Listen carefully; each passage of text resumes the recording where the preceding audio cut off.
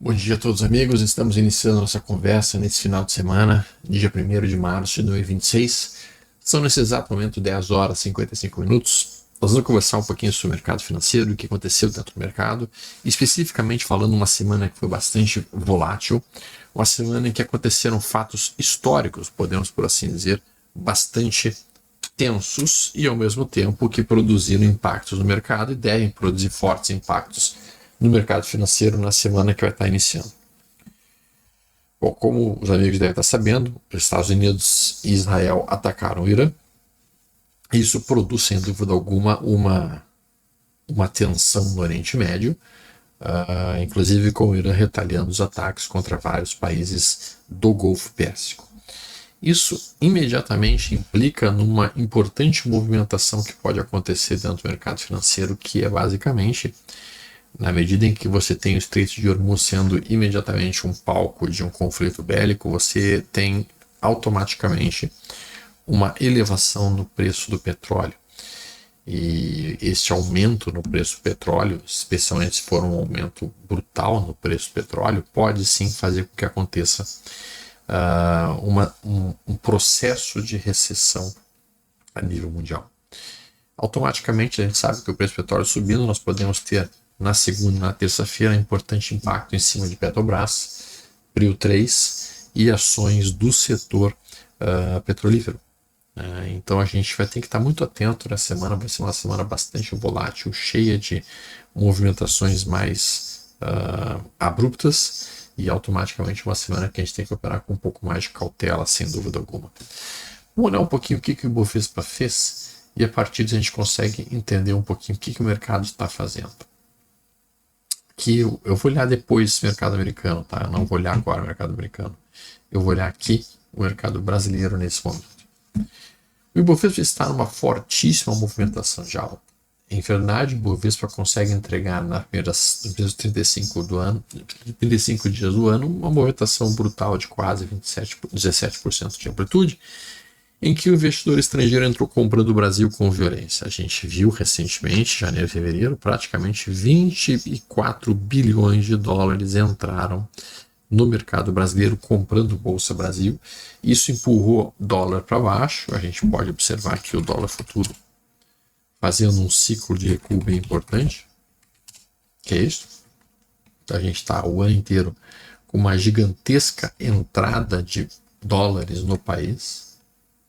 Os dólares entram no país, o investidor estrangeiro traz dólares para o Brasil, transforma eles em reais, e o momento que ele transforma isso em reais, isso pressiona o dólar para baixo, e automaticamente então a gente vê uma movimentação mais forte dentro da bolsa, e esses dois mercados estão inversamente relacionados, como a gente já conversou aqui algumas vezes com vocês. Bom, Ibovespa, neste momento, como a gente viu, ele está bastante afastado das zonas em que os compradores classicamente defenderiam. Os compradores classicamente defenderiam o Ibovespa nesse momento perto de 164.790, que é a zona de suporte mais próxima, o topo anterior rompido. No gráfico diário, a gente começa a produzir um padrão de reversão que é descrito como uma cunha ascendente. A perda da mínima dessa região aqui abriria um cenário realmente de possível recuo, pelo menos para a região de 180 mil pontos. A tendência ainda é uma tendência de alta, pessoal. Nós estamos em topos e fundos ascendentes, sem dúvida alguma, tanto no semanal quanto no diário. Os compradores ainda estão assumindo posições sérias e a gente tem a abertura desse candle aqui, funcionando como um suporte importante para o Ibovespa. Então não me surpreenderia se amanhã, segunda-feira, a gente tentasse perder essa área e depois a gente rompesse na terça, produzindo um trap e depois retomasse a tendência de alta clássica, porque o Down, na teoria dele, sempre referenda bem que a tendência vai até ser revertida. E o único movimento neste momento que reverteria a tendência de alta do diário do Ibovespa seria se nós fechássemos abaixo de 173.400 pontos, que parece um tanto quanto longe neste momento para o Ibovespa. A gente está vendo que vários ativos do Ibovespa puxaram forte. Petrobras foi um ativo que passou o mês de janeiro praticamente parado, sem fazer grandes movimentos. Não. Janeiro foi um forte movimento de alta em Petro. A primeira quinzena de fevereiro foi uma quinzena parada, essa sim, andando de lado, meio que produzindo um mastro e bandeira. E depois de produzir esse mastro e bandeira, a Petrobras reacelera. Ainda que, é bem verdade, tenha feito aqui a possibilidade de um trap nesse topo anterior, como a gente está vendo, a perda da mínima de sexta-feira pode abrir um movimento corretivo na Petrobras, que seria um pullback do topo anterior rompido em 38,33 para posteriormente continuação da tendência de alta.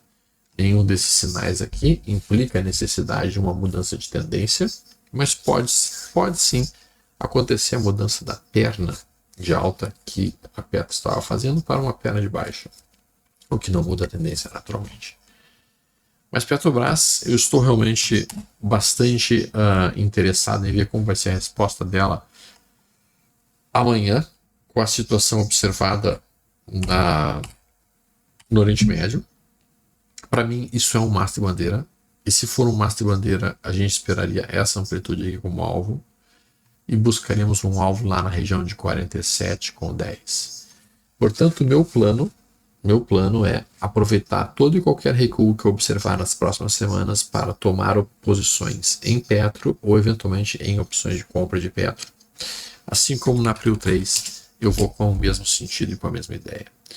Eu já tinha comentado com vocês que essa é uma época do ano favorável para se estar comprado em Prio 3, é um excelente ativo para se estar tomado em posições nessa época do ano, quando ela costuma movimentar-se bastante e entregar quase 80%, como foi aqui, e eventualmente como foi aqui, e eventualmente como foi aqui. Então é uma época do ano clássica para a Prio 3 subir algo em torno de 80% a 60%. O fato é que nesse momento a gente já teve uma alta de 60%, ela teria espaço para subir um pouquinho mais, bem verdade. E se nós rompermos a máxima dessa semana que terminou, nessa semana que está iniciando, nós estaremos acionando um padrão que eu chamo de barra vermelha ignorada, dentro de uma perna de alta para dar um prosseguimento de alta. Essa semana que passou, muitas pessoas entraram vendendo o Prio, acreditando que ela faria pelo menos um recuo até o topo anterior rompido, que estava aqui apenas na região de 49. Se nós rompermos essa massa, todo mundo que vendeu o Prio vai necessariamente ter que estopar suas posições vendidas em Prio, e se elas fizerem isso, isso significa enfiar uma pressão de compra novamente nesse ativo, que poderia empurrar o ativo rapidamente até a região de 63,74. Então a semana para mim já começa com um alerta bastante importante, uma zona muito importante minha, que é a ruptura da máxima da semana passada em Prio. Deve me chamar posições compradoras e eu vou estar olhando isso com bastante atenção. A gente produz aí o que eu chamo de trap simples, é o momento que a gente perde a mínima do que é no anterior, mas que a gente consegue fechar acima do corpo do que é no prévio. Isso geralmente já é um sinal bastante comprador para o ativo que está sendo observado. Então a gente está vendo Prio subindo bem, a gente está vendo a Petro fazendo um movimento bonito, resta ver a Vale do Rio Doce. O Vale do Rio Doce ela está ligada muito à economia da China. Vamos dissecar um pouquinho essa questão geopolítica aí, tá? Os Estados Unidos está sendo um tanto quanto cirúrgico naquilo que ele está fazendo nesse momento. E aqui eu preciso ser muito claro com vocês, tá? Não existem santos. Deixemos de ser ingênuos e passemos a entender que ninguém faz nada de graça. Estados Unidos não está atacando o Irã porque está preocupado com os direitos humanos dos iranianos. Estados Unidos não atacou a Venezuela porque ele estava preocupado com os direitos humanos venezuelanos. Não. O que está acontecendo, basicamente, é que Trump está sendo muito estratégico. Ele sabe que a China está utilizando petróleo barato, petróleo muito acessível, tanto do Irã quanto da Venezuela. Ele sabe que a China é o principal adversário dos Estados Unidos hoje. Então, o que ele está fazendo? Ele cortou a torneirinha da Venezuela e agora ele está indo direto na torneira do Irã. E com isso ele consegue reduzir a oferta de petróleo para a China e automaticamente começar a sufocar a economia chinesa, que automaticamente já vem dificuldades, porque ela está alavancada, a gente sabe disso. E isso impacta na Vale do Rio Doce, porque a gente sabe que o maior consumidor dos produtos da Vale é a China em si. A Vale, que conseguiu recentemente romper seu topo histórico numa velocidade e numa amplitude poderosíssimas, a gente viu que ela deu uma estilingada de quase 95%. Imaginem uma empresa do tamanho da Vale dobrando de valor em questão de 6 meses, que aconteceu com ela nesse período. E ela segue numa tendência de alta, formando inclusive aqui um 1, 2, 3 de compra nesse momento. Então o Vale do Doce segue numa ótima tendência de alta neste instante. YouTube, nessa situação atual, deu uma certa enfraquecida. O setor financeiro realmente pesou na última semana, YouTube, e automaticamente abre margem para um movimento de recuo até a zona mais próxima de suporte, que seria 40,67. Algumas semanas atrás nós tínhamos falado de alguns ativos que me chamavam muita atenção para possíveis movimentações de alta. Talvez vocês tenham visto esse vídeo conosco. E eram ativos que, particularmente falando, me deixavam muito interessados para as próximas semanas ou mesmo meses. Nesses ativos, nós tínhamos citado basicamente Sim H3, que já evoluiu para o seu alvo anterior. Nós tínhamos falado também bastante de Home 3, que ainda não andou muito. Está meio que paradinha por enquanto. Nós tínhamos falado de MYPK3, que está nesse momento fazendo o que andou com a View. Fiquei muito atento para a semana que vem nesse ativo. Pode fazer um forte movimento. Tínhamos falado de Marco Polo, que está indo na direção do alvo. A gente já comentado um alvo inicial aqui em 7,23 e alvo final em 7,74. Então esses eram ativos que estavam realmente muito atraentes. Lojas Renner, essa semana fez um padrão que me interessa. Lojas Renner também é um ativo que, da maneira como eu estou entendendo, trabalha dentro de um canal de alta que é esse, com esse tipo de aqui, ó. E com esse tipo de alta que a gente está vendo aqui, ó.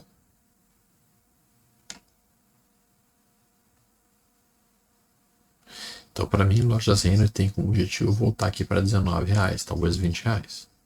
Tá? E essa semana que passou, naturalmente, aconteceu o acionamento de um sinal de entrada, 1, 2, 3 de compra. Então, Lojas Renner, no meu entendimento, tem um potencial de entregar quase 20% nas próximas semanas, talvez meses, sendo o meu stop fica aqui, embaixo 14,44, então eu tenho um stop de quase 9,26% para um alvo de quase 20%. É um trade que me atrai. Outro ativo que nós tínhamos falado era a V23. Uou, look at her. Yes, lindo, bem bonito. Também tínhamos comentado um pouquinho sobre além da V23, Viva 3, que está andando, ainda não atingiu o alvo, mas está indo na direção dele, que é aqui em cima, um V15, uma recuperação em V aguda. É muito frequente isso no mercado, tá? Essas quedas agudas serem seguidas de recuperações agudas. E além da VV3, o NIP 6, belo movimento, o NIP 6 agora bate a sua região de topo anterior. Então já está na hora de botar o dinheiro no bolso. A gente fez as observações de Unip nessa região aqui. O ativo já entregou 25% e agora sai fora. Sai fora dela e não vou mais ficar próximo dela tão cedo. Teve algum ativo recente que possa estar próximo de um ponto legal de entrada? História. Bom, a gente viu agora há pouco para mim. A Home está interessante ainda. Eu estou olhando para a MYPK3 um pouco interessado ainda. Mas eu estou esperando para a semana que vem como vai ser a resposta do mercado para a situação de tensão no Oriente Médio. Tá? Isso para mim ainda é um ponto de interrogação e por isso eu não estou absurdamente comprador nesse momento. Eu acho que já é hora de segurar um pouquinho, esperar o próximo recuo para comprar o próximo recuo. A não ser em Petro e em Prio, que eu vou aproveitar todo e qualquer recuo que eles façam para tomada de posição neles. Em relação ao dólar futuro, no meu entendimento, também tem espaço para continuar o movimento de queda, sim. Tá? Quando a gente olha aqui o alvo do dólar, considerando que a gente perdeu esta região de suporte, que era um suporte muito importante em 5,35, meu próximo suporte para dólar agora encontra-se apenas na faixa entre 4,80 e 4,93. Então nós estamos indo nessa direção progressivamente, evoluindo em topos e fundos descendentes no gráfico semanal do dólar e mesmo em topos e fundos descendentes dentro de um gráfico diário do dólar. Entendam que essa depreciação do dólar frente às principais moedas do mundo, ela não é, obviamente, fruto de um excelente trabalho que a gente esteja fazendo aqui no Brasil, antes fosse, mas não é. Ela não é. Ela está diretamente relacionada à intenção real do próprio Trump de desvalorizar o dólar para conseguir com isso melhorar a balança comercial americana e com isso conseguir fazer com que as pessoas comprem mais produtos dos Estados Unidos e menos produtos da China como um todo. Então a gente está vendo aí uma desvalorização proposital do dólar, coisa que o Japão fez durante muitos anos com o seu ien. E ao mesmo tempo também estamos olhando que os japoneses continuam vendendo violentamente os títulos públicos americanos que eles têm e comprando ouro, e os chineses também seguem comprando ouro como se não houvesse amanhã. Seria isso o prenúncio da Terceira Guerra Mundial? A compra de ouro? Muita gente já falou sobre isso. Eu não quero abordar esse tema, acho que é um tema muito especulativo e pouca coisa pode ser derivada disso. Mas a gente tem aqui, por exemplo, o gráfico da prata, que eu acho que é importante ser observado, tá? E que aqui pode ser trabalhado através de uma ETF, que é essa aqui, BSLV 39. Tá? Então isso aqui a gente consegue operar aqui no Brasil, gráfico da prata. Eu, particularmente falando, estava bastante baixista em relação à prata. No meu entendimento, isso aqui era uma bolha na prata e que tinha como objetivo voltar para cá. Mas eu posso até ter impressões do que o mercado vai fazer, mas eu não sou um cara teimoso. A prata gerou um sinal de compra para mim na sexta-feira ao romper essa máxima aqui. Meu stop fica imediatamente abaixo da mínima e meu alvo seria voltar para o topo histórico que aqui encontra-se. Tá, então estou ligado aqui nessa operação de prata BSLV 39, que dá para ser trabalhada aqui na B3 sem nenhum problema na Bolsa Brasileira. Aliás, tem muitas coisas boas que a gente consegue operar aqui na B3 e que estão ligadas a mercados no exterior. ETFs, esse tipo de coisa toda que a gente já mencionou recentemente. Tá?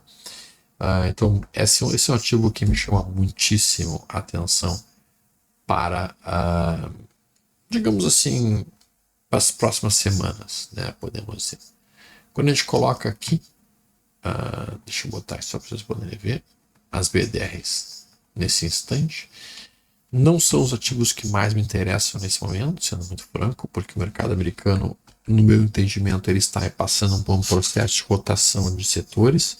O dinheiro está saindo de alguns setores, ele está indo para outros setores, e essa é uma fase difícil de operar o mercado americano em si. Então aqui não é um momento muito propício, da maneira como eu olho, para colocar o dinheiro em BDRs, até porque as BDRs elas estão atreladas ao dólar, e quando o dólar cai, elas acabam caindo também, né? Mais do que o próprio ativo original.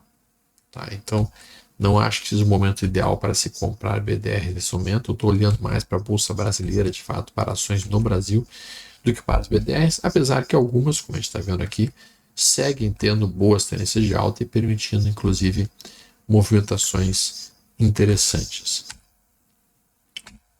Uma delas, que me chamou muito a atenção nessa semana, vou colocar aqui para vocês poderem ver. Aqui é a C2, essa aqui, CrowdStrike. CrowdStrike fez um fortíssimo movimento de queda na semana passada, fortíssimo, chegou numa zona de suporte. Bota o gráfico diário, a gente vê que ele fez uma teoria do candle fechado, com a ruptura dessa máxima aqui, intenção de retornar até essa região. Então, aqui é um trade bem perigoso porque ele é contra tendência, não é um trade fora da tendência. Caterpillar, empresa do setor de consumo americano. O setor de consumo americano está dando uma boa movimentada, está puxando, está ganhando força, ficaria atento para Caterpillar. Olha aqui, ó, petrolífera, Chevron, bonito. Coca 34, ações do setor de utilities e setor de valor americano se valorizaram muito nas últimas semanas. Olha a CoFphillips, boa tendência de alta também. O que significa que o mercado está saindo um pouco da tecnologia, está abandonando um pouco a tecnologia e está começando a comprar empresas de indústria. Isso aqui é John Deere, por exemplo. Máquinas, indústrias. Empresas como Coca-Cola, McDonald's, Philips, John Deere, essas estão se valorizando nesse momento, o dinheiro está indo para elas e está saindo das empresas e setores mais ousados. Vamos falar, olha a ExxonMobil, mais uma petrolífera que pode dar uma movimentação interessante para a semana que está iniciando. Haja vista que a movimentação dentro do petróleo tem um forte movimento de alta possível pela frente. A gente tem aqui, por exemplo, algumas empresas. Olha, Google está andando mais lateral nesse momento, mas eu estou entendendo como uma oportunidade. Esse é um ativo que, quando cai, eu costumo procurar comprar. Google, Amazon e Apple são empresas que têm circular de alta. Quando elas caem, eu tento procurar por compras nelas. Johnson & Johnson. Tá? Esse grupo aqui é um grupo gigantesco, todo mundo conhece os produtos que ele tem. Também um outro ativo que, quando costuma cair, eu procuro procurar compras em Johnson & Johnson. Aqui é JP Morgan, o setor financeiro está perdendo dinheiro, está saindo dinheiro do setor financeiro indo para outros setores. E eu queria mostrar isso aqui agora para vocês, neste momento. Bom, isso aqui é um gráfico que mostra S&P 500. A gente vê que S&P 500, janeiro e fevereiro, vem praticamente lado. Esse ano o S&P 500 está com um rendimento, uma movimentação muito fraca, janeiro e fevereiro, o que tem dificultado muitas operações. Mas vamos comparar o S&P 500 com diferentes setores. Vejam o healthcare, aqui é o setor de saúde. O setor de saúde está ganhando força em relação ao S&P 500.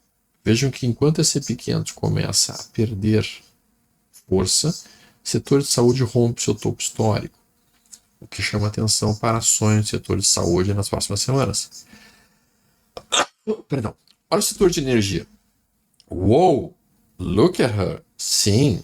Veja como o setor de energia ganhou muita força frente ao S&P 500 nas últimas semanas, no último mês e meio, sendo um dos setores que mais recebeu aportes nas últimas semanas. Consumer Staples. Consumer Staples é um setor defensivo. Consumer Staples é um setor que costuma bombar mais forte, e aqui nós estamos falando de consumo, né? Quando nós estamos esperando de fato alguma entrada em recessão. Quando nós estamos esperando de fato que o mercado que a economia dê uma desacelerada. E o Consumer Staples deu um tiro para cima. Utilities é outro setor que também está ligado a economias mais recessivas. Ele se beneficia as pessoas fogem para esse setor quando elas querem segurança. Então, a grande disparada que a gente viu em utilities, a grande disparada que a gente viu em consumer staples e a grande disparada que a gente viu em energia, isso chama a atenção para uma fuga de risco. Os investidores estão fugindo do risco de tecnologia, do risco de finanças, do risco, e estão indo para aquilo que tem mais lastro. Então observem que aqui utilities deu uma atirada forte, comunicação é um setor de risco, então segue junto com essa S&P 500. Materials, olha o que o setor de materials puxou. Isso é construção civil. Real estate. Até real estate deu um tiro, considerando que o real estate dos Estados Unidos já está bastante caro, já está bastante super avaliado. Indústria. Olha o tiro da indústria. E aí, quando tu olha isso e tu pensa, pô, mas só um pouquinho, tá, velho? Energia deu um tiro. Consumer staples deu um tiro. Utilities deu um tiro. Materials deu um tiro. Real estate subiu. E a indústria subiu. Por que o S&P 500 está praticamente de lado? Consumo discricionário começou a cair. Tecnologia pesou. Olha como a tecnologia pesou. E olha como a tecnologia hoje praticamente é um espelho, uma proxy do S&P 500. E aí finanças pesou também. Então a gente vê que tecnologia, finanças e consumo discricionário e comunicações são setores que perderam força e, ao mesmo tempo, as ações dos setores de energia, consumer staples, utilities, materials e indústria foram as que mais puxaram. Ok. Então, por enquanto, nós vamos guardar o nosso dinheiro para operar esses setores que estão mais fortes nessa época. E vamos nos afastar um pouco do setor de tecnologia, finanças, consumo discricionário e comunicações. Muito bem. Quando a gente vê isso e quando a gente olha isso, e a gente começa daí a entender um pouquinho mais que está acontecendo uma rotação de setores, tá? E dentro dessa rotação de setores, nós vamos ter então o dinheiro saindo de algumas áreas e entrando em outras áreas. É óbvio que quando a gente tem uma ETF, a gente está muito mais protegido. Porque a ETF ela diversifica naturalmente o dinheiro em diferentes ativos, em diferentes setores, e com isso ela consegue proteger melhor aquilo que a gente está observando, aquilo que a gente está vendo. Tá? Eu acho que dentro do setor de tecnologia tem apenas uma empresa que me chama muitíssima atenção nesse momento, que é a MU Micron, que eu vou mostrar em seguida para vocês, enquanto a gente está passando aqui os olhos sobre essas diferentes ações que aqui estão existindo. Vamos ver se tem mais alguma aqui que chame muita atenção nesse momento, das BDRs, e que podem ser operadas aqui pela B3.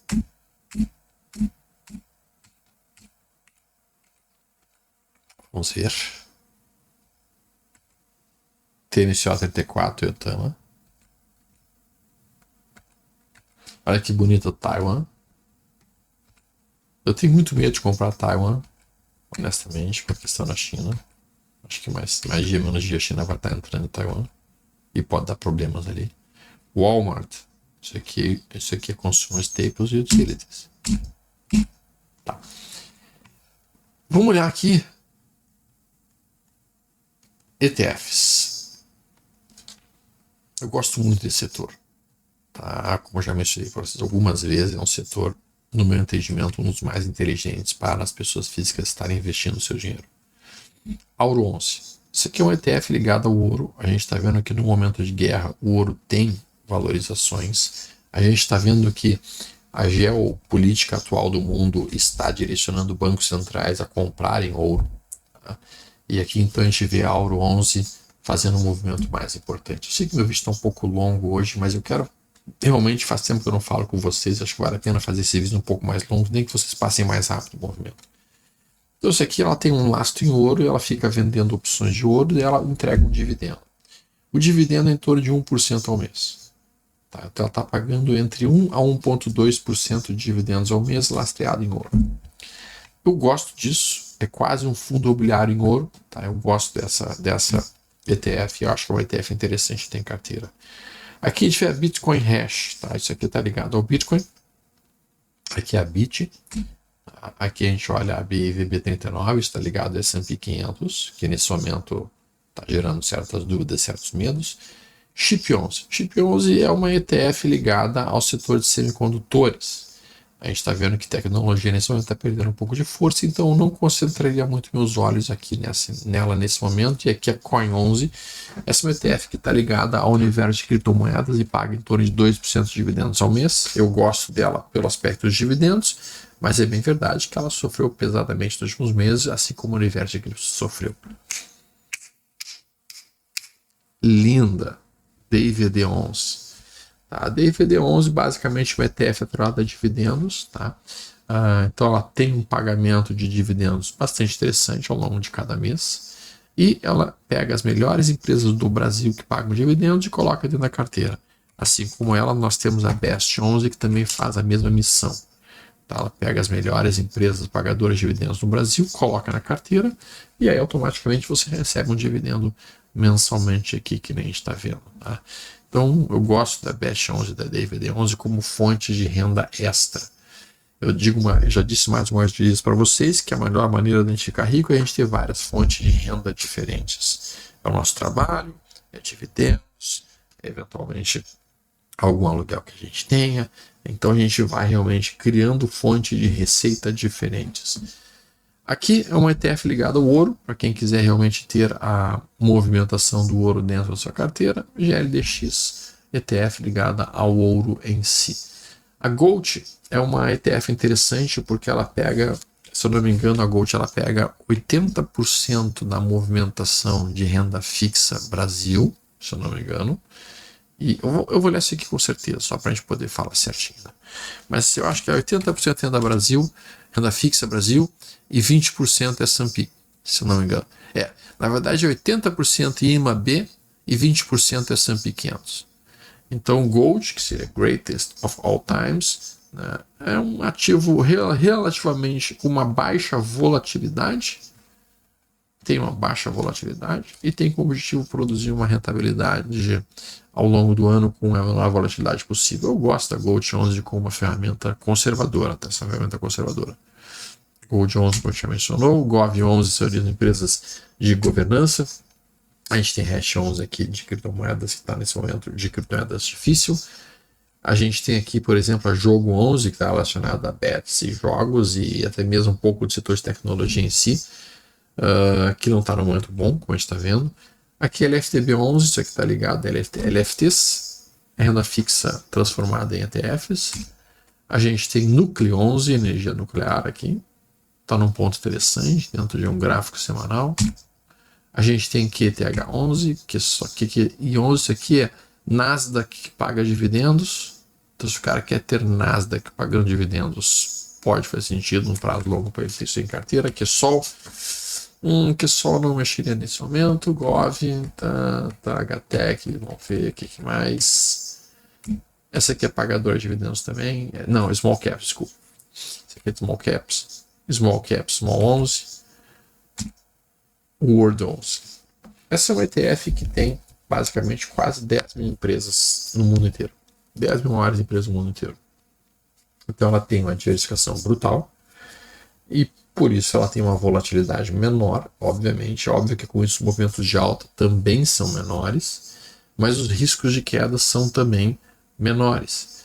Então ela é uma ETF conservadora. E essa é uma ETF ligada à China, à economia chinesa. E que nesse momento está numa tendência de baixa, como a gente está vendo, perdendo o canal de alta, inclusive iniciando um ciclo talvez de queda. Então a China 11. E isso pode dificultar um pouco a vida da Vale do Rio Doce. Visto as ETFs, eu queria olhar por último as ações americanas com vocês agora. Vou olhar aqui rapidamente o mercado americano. Aqui estão então as ações mais importantes do mercado americano. A gente tem o S&P fazendo uma movimentação tensa, como a gente está vendo, praticamente lado o ano inteiro, janeiro e fevereiro. Aqui é janeiro, estamos no mesmo ponto do início de janeiro, então não houve nenhum retorno no S&P 500 nos últimos 2 meses, de fato não houve. E agora vamos olhar as principais ações americanas. A XX fazendo uma tendência de alta, topos e fundos ascendentes, eu ficaria atento aqui a essa ruptura para a semana que vem, 1, 2, 3 de compra. ALEP, algumas dessas nós temos como o BDRs aqui no Brasil. A MSC, American Superconductors, para mim teria como objetivo voltar para cá num prazo mais longo, mas nesse momento, por enquanto, está de ladinho. ANEP, Anfenol, aqui é tecnologia também. Arcutis Therapeutics, isso aqui já é saúde terapêutica. Eu ficaria atento para o Arcutis, está interessante. Fez um rompimento de uma região com um pullback. Aether, deixa eu botar um gráfico semanal aqui melhor. Tá, então vamos olhar aqui. AngloGold, empresa mineradora de ouro, tendência de alta forte. Axon, eu não comprei agora, já passou do ponto. Aqui não está num ponto legal, a Bros, apesar de eu gostar dos fundamentos da empresa, a gente vê que ela está tocando suporte, é bem verdade, mas não é uma tendência de alta, então eu ficaria longe dela por enquanto. Bezel não Cameco. Muita atenção aqui na Cameco, para mim uma ótima tendência de alta, 1, 2, 3 de compra. pode ser um trade bastante interessante para a semana que vem. CDA, olha aqui, ó, mais uma empresa mineradora, tá? Que está numa ótima tendência de alta. CLS, eu gosto muito dos fundamentos dela. Talvez seja uma das empresas que tem o melhor fundamento no mercado americano, mas a gente está vendo que o dinheiro está saindo nesse momento do setor de tecnologia e a CLS está sentindo, obviamente, isso. Ainda assim, eu ficaria atento aqui à ruptura dessa linha dessa de baixa, e se isso acontecer, eu vou procurar tomar posições. Essa é uma empresa que eu guardo por um prazo mais longo. Sendo bem franco, eu deixo ela na carteira e fico com ela lá. Carvana, gosto do cenário que ela produziu, tocou uma zona de suporte aqui, como a gente está vendo, 1, 2, 3 de compra. Então, para mim, Carvana pode na semana que vem gerar uma possível oportunidade. Vou estar atento a ela. M, Encore Group, tendência de alta, fez uma semana de queda. Eu esperei que se aproximasse da zona de suporte, perto de 660, seria uma zona que eu procurei por possíveis entradas. Fix, eu estou dentro da carteira americana. Fix faz parte da minha carteira americana de prazo mais longo. Gosto muito do ativo, não estou conseguindo mostrar o gráfico aqui nesse momento. Isso aparece aqui. Aí o gráfico da Fix. Tendência de alta, sólida. Isso aqui está relacionado à construção americana, então gosto bastante. E agora eu começo a olhar a Fabernet, FSS, olha a F-Type, empresa do setor de aviação e recondicionamento de turbinas a jato de aviões. Forte setor, em um momento de guerra tem de se valorizar, vou ficar atento aí, fez um trap simples no gráfico. A Futo está dentro de um suporte bem importante numa tendência de alta, com o estocástico dentro sobrevendido. Eu ficaria atento a Futo para a semana que está entrando. GFI, mineradora de ouro. GH está perdendo suporte, nada demais nela nesse momento. Hood, aqui é Robinhood, que é uma corretora americana de mercado americano, broker, né? Estocástico dentro bastante sobrevendido, quando tocou essa região fez suporte várias e várias vezes. Eu ficaria atento aqui a essa ruptura, porque pode entregar quase 60% de alta. Além da Hood, vamos ver se tem mais alguma coisa interessante. IB Brokers também, uma corretora americana, inclusive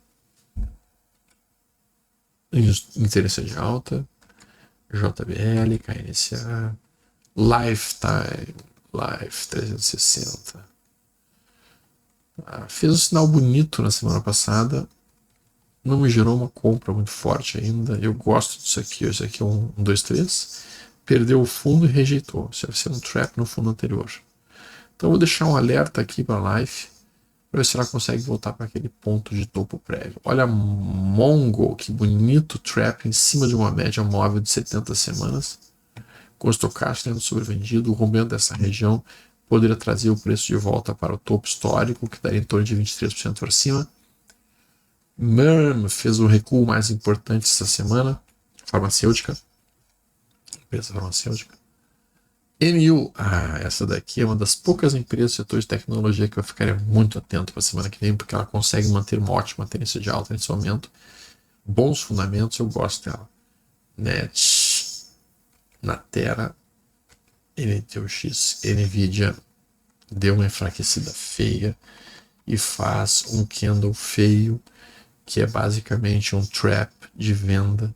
A perda dessa mínima aqui deve empurrar a NVIDIA pelo menos para buscar uma área em torno de 151 e 138 seria o alvo desse momento de queda de NVIDIA. Não tá bonito não. ONC, Host, nada, PAC, nada, Palantir. Eu não gostei do momento de Palantir, honestamente. Para mim é um ombro, cabeça, ombro. Ombro, cabeça, ombro.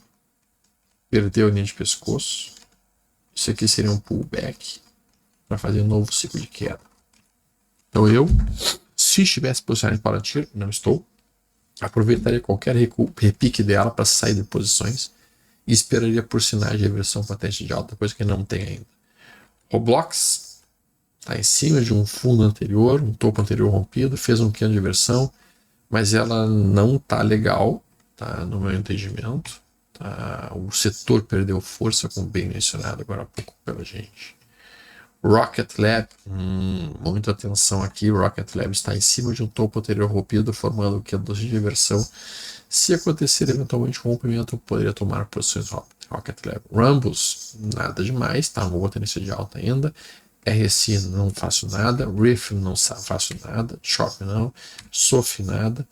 Stoke Therapeutics, isso aqui é farmacêutica, que a gente viu que Health está ganhando força, né? Olha que lindo o Cup and Handle. Eu ficaria muito atento para essa ruptura aqui na semana que vem, se acontecer, com um alvo no mínimo na casa de $50. Tá legal a Stoke, sem dúvida. Para mim interessa. Symbiotic, nada a ser feito. Aqui é Triple Flag, que é uma mineradora de prata, ouro e cobre, se eu não me engano. Nada.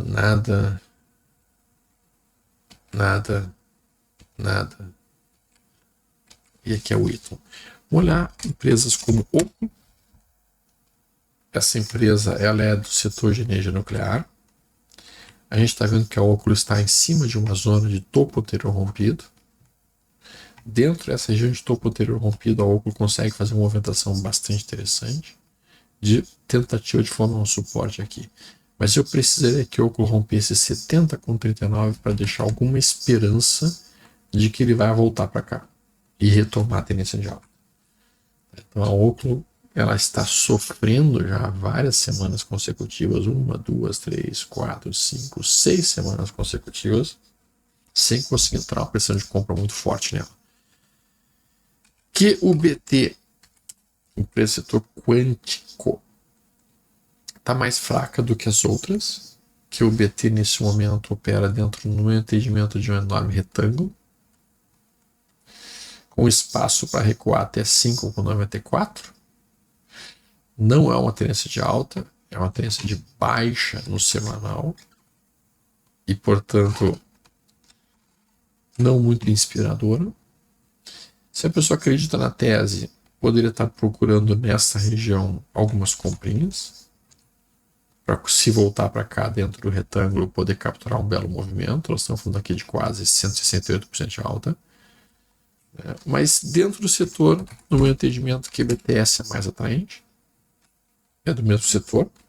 Está em cima de um topo anterior rompido. E esse gráfico está muito bonito. Esse gráfico é um gráfico muito bonito.